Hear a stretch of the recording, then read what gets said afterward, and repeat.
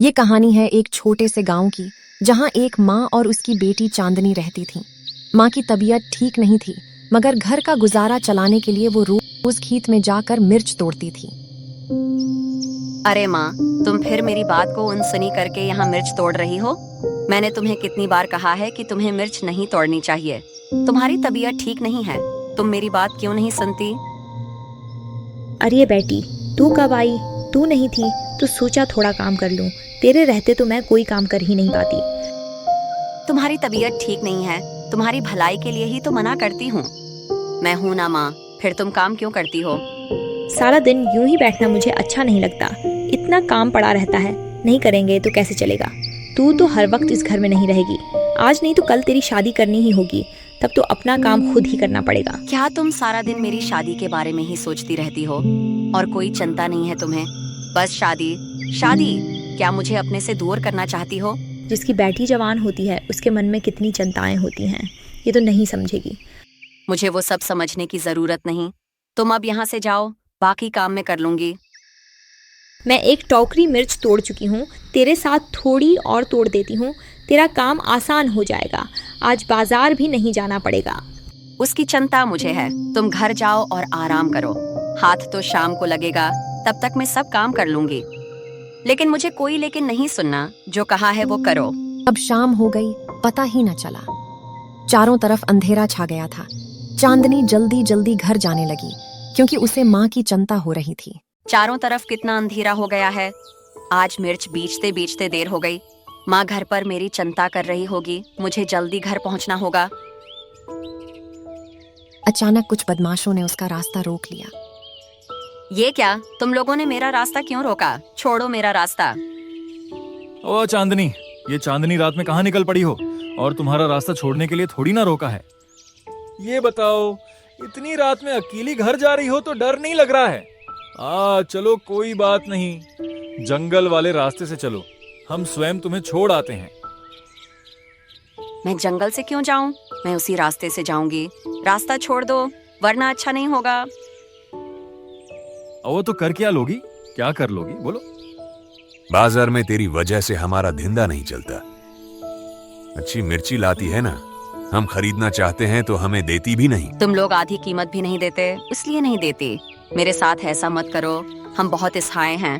अच्छा, तो आज तुझे ऐसा सबक सिखाएंगे कि जिंदगी में फिर कभी बाजार में मिर्च बेचने की हिम्मत नहीं होगी। कोई है? मुझे बचाओ, छोड़ो मुझे। इसी वक्त एक नौजवान वहां पहुंचा और बदमाशों को डांट कर भगा दिया। ए बदमाशों, तुम्हारी इतनी हिम्मत कि एक लड़की पर हमला करते हो?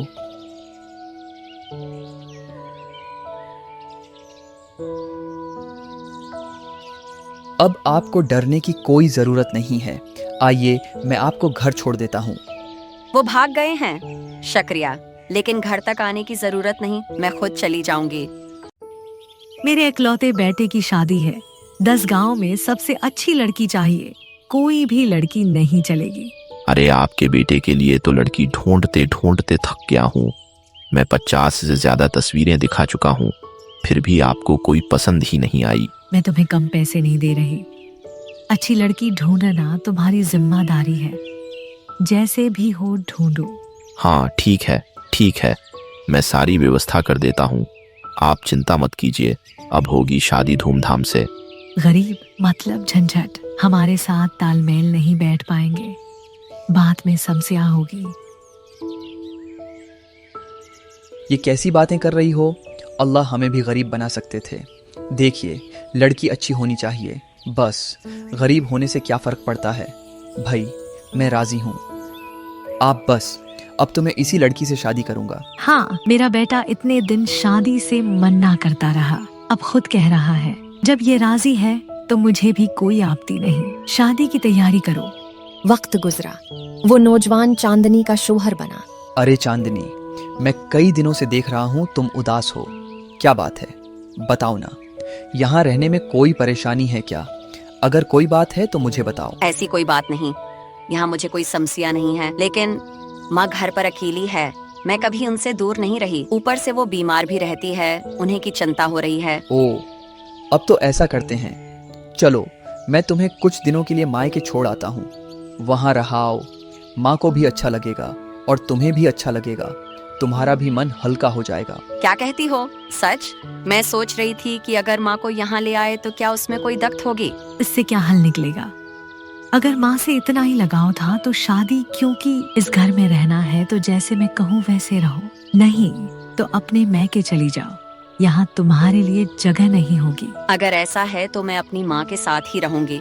अगर आपका बेटा आपसे दूर रहता तो आप मेरा दर्द समझ पाती, मेरी माँ का दुख भी समझ पाती। मुझे किसी का दुख समझने की जरूरत नहीं, जैसा कहा है वैसा करो, नहीं तो चली जाओ। अरे लेकिन माँ। मैंने जो कह दिया सो कह दिया, अब मैं एक शब्द भी नहीं सुनूंगी। मैंने सासू माँ से कहा था कि आपको यहाँ ले आएं, लेकिन वो नहीं मानी, इसलिए मैं खुद आपके पास आ गई। अब यही रहूंगी। ये तूने ठीक नहीं किया, अपनी सास से झगड़ कर यहाँ चली आई, अभी वापस जा। जो जरूरी था वही क्या? आपको इन बातों की चिंता करने की जरूरत नहीं। चलो अंदर चलो, नए काम की तैयारी करनी है। अरे रोशना जी, ये लो, आप यहाँ बैठी हैं और उधर आपकी इज्जत मिट्टी में मिल रही है। आपको खबर वबर है कुछ? मैं तुम्हें पहचान नहीं पा रही, कौन हो तुम और ये कैसे बेकार की बातें कर रहे हो? आप मुझे नहीं जानती, मैं तो आपके भले के लिए आया हूँ।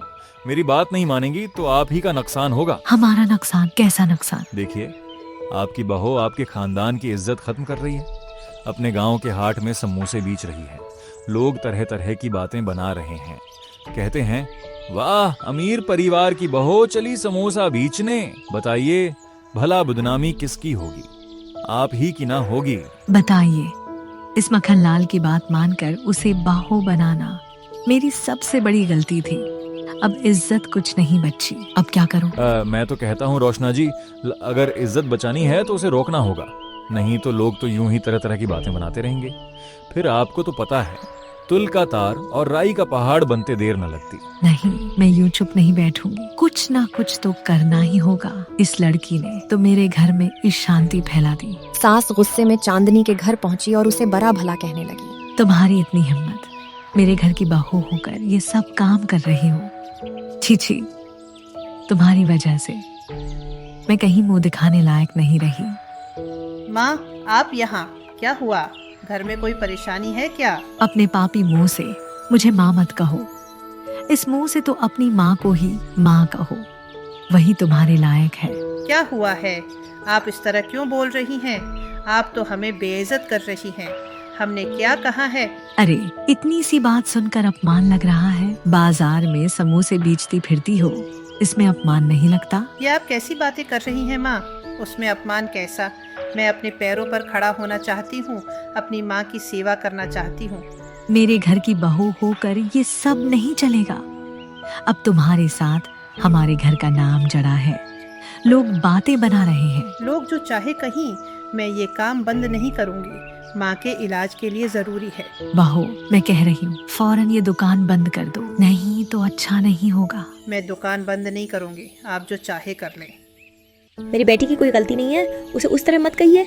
हाँ तो काकी, आप बहू के पास गई थी ना, उसे दुकान बंद करने को कहा है क्या? हाँ कहा था, लेकिन लगता है वो मेरी बात नहीं मानेगी। दुकान बंद करने की बात पर कुछ नहीं बोली। उसका मेरे साथ भी झगड़ा हुआ था, मैं उसे रोकने गया था, लेकिन अल्टा मुझसे ही लड़ने लगी। बताइए भला, ऐसी लड़ाकू लड़की है? अच्छा, तो है वो बदमाश, मैं तुझे ही ढूंढ रहा था। तो मेरी माँ के कान भर रहा है ना? क्यों, क्या कर रहे हो? उसे छोड़ दो। उसने क्या नहीं किया ये पूछो, अगर ये खुद सच बता दे तो सब समझ जाओगी। वो कह रहा है कि उसने कुछ नहीं किया, उसे छोड़ दो। बेकार में क्यों मार रहे हो? अरे इधर उधर क्या देख रहा है? माँ को सच बता, चल बोल। मैंने कुछ नहीं किया काकी, मुझ पर यकीन कीजिए। देखो देखो, मुझे छोड़ दो, छोड़ो मुझे। ओरे जल्दी बोल, चांदनी के साथ जो तुम लोगों ने बदसलूकी की है, जो बर्री नजर रखी है, सारी बातें सच सच बता। ऐसी कोई बड़ी बात नहीं थी। अरे बताता है कि नहीं, बता। उरे फिर झूठ बोल रहा है, अब तो तुझे मैं छोड़ूंगा। बोल बोल, कैसे हरी राम के कहने पर तुम लोग चांदनी को परेशान करते थे? बोल, कैसे बचाया था जंगल में? माँ के कान में जहर कौन भर रहा था? बोल, जल्दी से बोल। मक्खनलाल ने सब सच अगल दिया। सबके सामने उसका चेहरा बेनकाब हो गया। हाँ हाँ काकी, आपका बेटा सच कह रहा है। मैं हरी राम के कहने पर आपकी बहू को परेशान करता था, और जंगल वाली बात तो पूछो, डंडे से मार के भगाया था आपके बेटे ने। मक्खन लाल पकड़ा जा चुका था। चांदनी का शवहर इससे सच अगलवा रहा था। अरे, तो अब तक जो तुमने मुझसे कहा वो झूठ था, मुझे भड़काने के लिए। ये सब क्या? अब समझ गई ना मैं क्या कहना चाहता था। हाय राम, मैं खुद को बहुत समझदार समझती थी, लेकिन छोटे से लड़के ने मुझे बेवकूफ बना दिया। मुझे ना चाहता रहा। अब जब पकड़ा ही गया हूँ तो छुपाने से क्या फायदा? मैं ही आपको भड़काता था। सिर्फ इतना ही नहीं माँ, तुमने और भी किया है, ये तुम खुद जानती हो। जरा सोचने की कोशिश करो। हाँ, अब फैसला तुम्हें करना है माँ। अपनी गलती सुधारोगी या इसी रास्ते पर चलती रहोगी? चलो आज हिसाब बराबर करते हैं। है, चल चल, मैंने ये किया। इस शैतान लड़के की बात सुनकर मैंने अपनी बाहों को गलत समझा। मैंने अपनी बाहों को अपमानित किया। तुमसे बहुत बड़ी भूल हुई है माँ, हमें उससे माफी मांगनी चाहिए। बस, सच मैंने बहुत बड़ी गलती की। जो बहू अपने पैरों पर खड़ा होना चाहती थी, उसे मैंने अपमानित किया। उसका कारोबार बंद कराना चाहा और उसकी माँ को भी। क्या तुम माफी मांगोगी? हाँ, जरूर मांगोगी। जो गलत क्या है? अगर माफी नहीं मांगोगी तो मैं खुद को कभी मुआफ नहीं कर पाऊंगी। मुझे वहां ले चलो। चलो माँ, हम माफी मांगने चलें, और मुझे पूरा यकीन है कि चांदनी हमें माफ कर देगी। सास को अपनी गलती का एहसास हुआ और वो चांदनी से माफी मांगने पहुंची। अरे, आप लोग इस वक्त यहाँ? कुछ हुआ क्या? क्या मैंने फिर कोई गलती कर दी? अरे उस वक्त कैसे आना हुआ? हम आप लोगों से माफी मांगने आए हैं। आप ऐसा क्यों कह रही हैं माँ? यहाँ माफी मांगने जैसा कुछ नहीं है। समझ नहीं पा रही कि किस मुंह से माफी मांगू। पुरानी बातें भूल जाइए माँ, आपने अपनी गलती समझ ली, यही काफी है। काफी नहीं है, मुझे माफ कर दो। अब से तुम मेरी इजाजत नहीं, मेरा दुआ लेकर काम करोगी। अपनी माँ को लेकर मेरे घर चलो। ये क्या? तुमने मेरे लिए इतना क्या और मैंने तुम्हें सिर्फ अपमानित किया। मुझे माफ कर दो। छे, ऐसी बातें क्यों कर रही हैं माँ? अगर मैंने मुआफ नहीं किया होता तो क्या मैं ये तोहफा देती? ठीक है, मैं ये तोहफा स्वीकार करती हूँ। अब सब लोग मेरे घर चलो। अभी नहीं माँ, पहले खाना बना रही हूँ। आप लोग पहले खाइए, फिर बात करेंगे।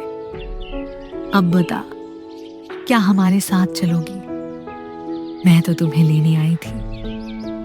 माँ, मैं आपको माफ कर चुकी हूँ, आप निश्चिंत रहिए। लेकिन अब मेरी एक योजना है। योजना? कैसी योजना? कौन सी योजना? बताओ।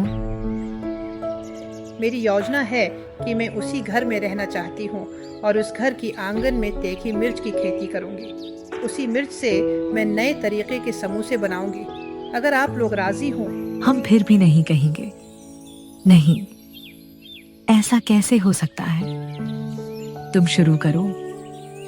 तुम्हारी इस योजना के लिए जो भी खर्च लगेगा मैं सब दूंगी। मैं तुम्हारी मदद करूंगा, हम सभी तुम्हारे साथ हैं, बस तुम शुरू करो।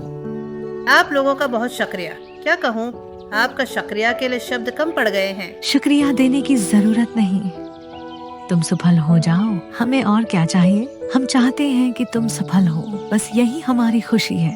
वक्त गुजरा। चांदनी, उसकी माँ और सास ने मिलकर समोसे का कारोबार बड़ा कर लिया। दुकान पर ग्राहकों की भीड़ लगी रहती थी। अरे वाह, इतने स्वादिष्ट समोसे तो मैंने अपनी जिंदगी में नहीं खाए। औरत और सास बहू एक साथ बना रही हैं, शायद उसी लिए इतना स्वाद आ रहा है। हाँ हाँ, बिल्कुल सही कहा भाई। अरे, दूसरी दुकान में तो औरत और सास बहू साथ में बनाते ही नहीं है, इसीलिए इस तरह का स्वाद आपको दूसरी दुकान में नहीं मिलेगा। आपको अच्छा लगा ना? अब रोज हमारे यहाँ खाना खाइए। हाँ जरूर, अब से भाई हम रोज यही खाने आएंगे। बढ़िया कड़क समोसे, हाँ स्वाद के साथ, और चटनी तो जबरदस्त थी। देख पा रहे हो ना, हमारे ग्राहक तो बढ़ ही गए हैं। सब कुछ आपके लिए है।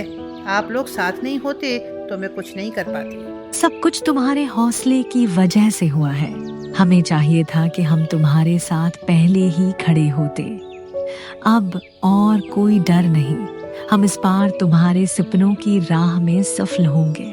और इस तरह चांदनी ने अपनी मेहनत, सच्चाई और हौसले से न सिर्फ अपना कारोबार खड़ा किया, बल्कि सास बहू के रिश्ते को भी नई ताकत दी। ऐसी ही मजेदार और सीख भरी कहानियां देखने के लिए हमारे चैनल को सब्सक्राइब करना न भूलें।